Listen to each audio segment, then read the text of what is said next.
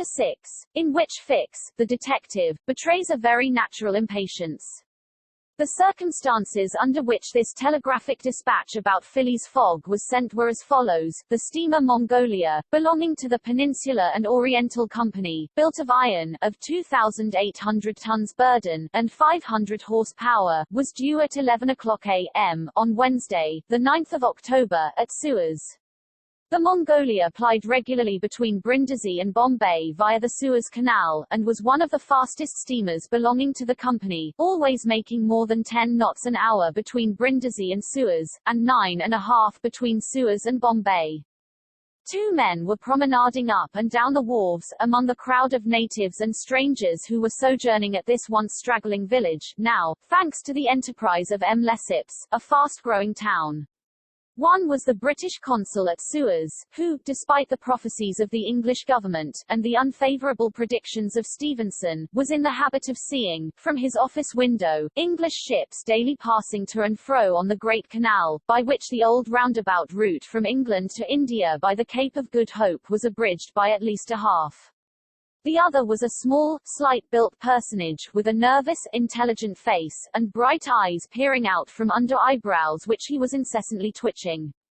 He was just now manifesting unmistakable signs of impatience, nervously pacing up and down, and unable to stand still for a moment.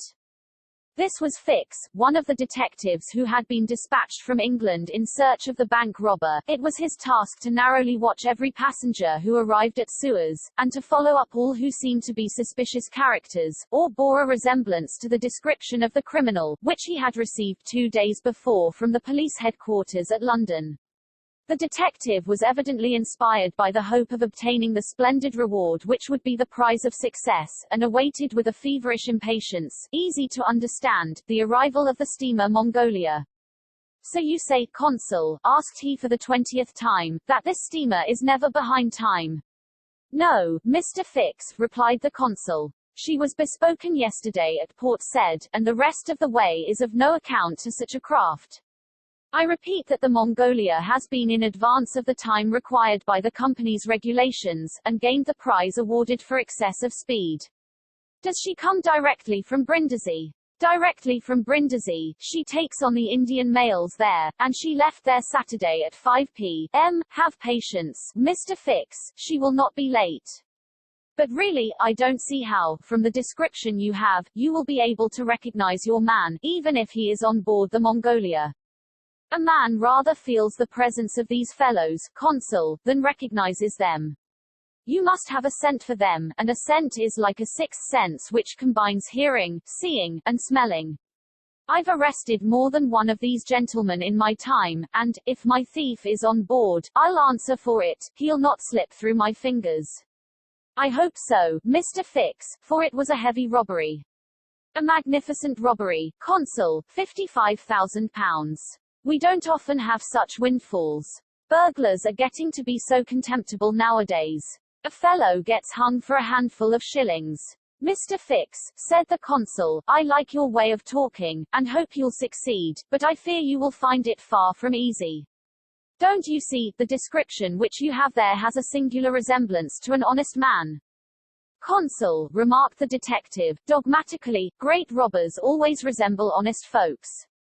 Fellows who have rascally faces have only one course to take, and that is to remain honest, otherwise they would be arrested off-hand. The artistic thing is, to unmask honest countenances. It's no light task, I admit, but a real art."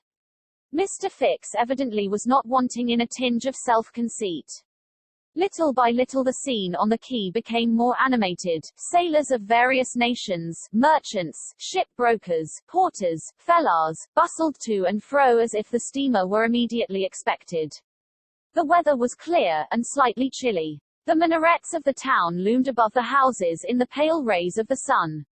A jetty pier, some 2,000 yards along, extended into the roadstead. A number of fishing smacks and coasting boats, some retaining the fantastic fashion of ancient galleys, were discernible on the Red Sea. As he passed among the busy crowd, Fix, according to habit, scrutinized the passers-by with a keen, rapid glance. It was now 10:30. "The steamer doesn't come," he exclaimed, as the port clock struck. She can't be far off now, returned his companion. How long will she stop at Suez? 4 hours, long enough to get in her coal. It is 1,310 miles from Suez to Aden, at the other end of the Red Sea, and she has to take in a fresh coal supply. And does she go from Suez directly to Bombay? Without putting in anywhere. Good, said Fix. If the robber is on board he will no doubt get off at Suez, so as to reach the Dutch or French colonies in Asia by some other route. He ought to know that he would not be safe an hour in India, which is English soil. Unless, objected the consul, he is exceptionally shrewd. An English criminal, you know, is always better concealed in London than anywhere else. This observation furnished the detective food for thought, and meanwhile the consul went away to his office. Fix, left alone, was more impatient than ever, having a presentiment that the robber was on board the Mongolia. If he had indeed left London intending to reach the New World, he would naturally take the route via India, which was less watched and more difficult to watch than that of the Atlantic. But Fix's reflections were soon interrupted by a succession of sharp whistles, which announced the arrival of the Mongolia. Fix took up a position, and carefully examined each face and figure which made its appearance.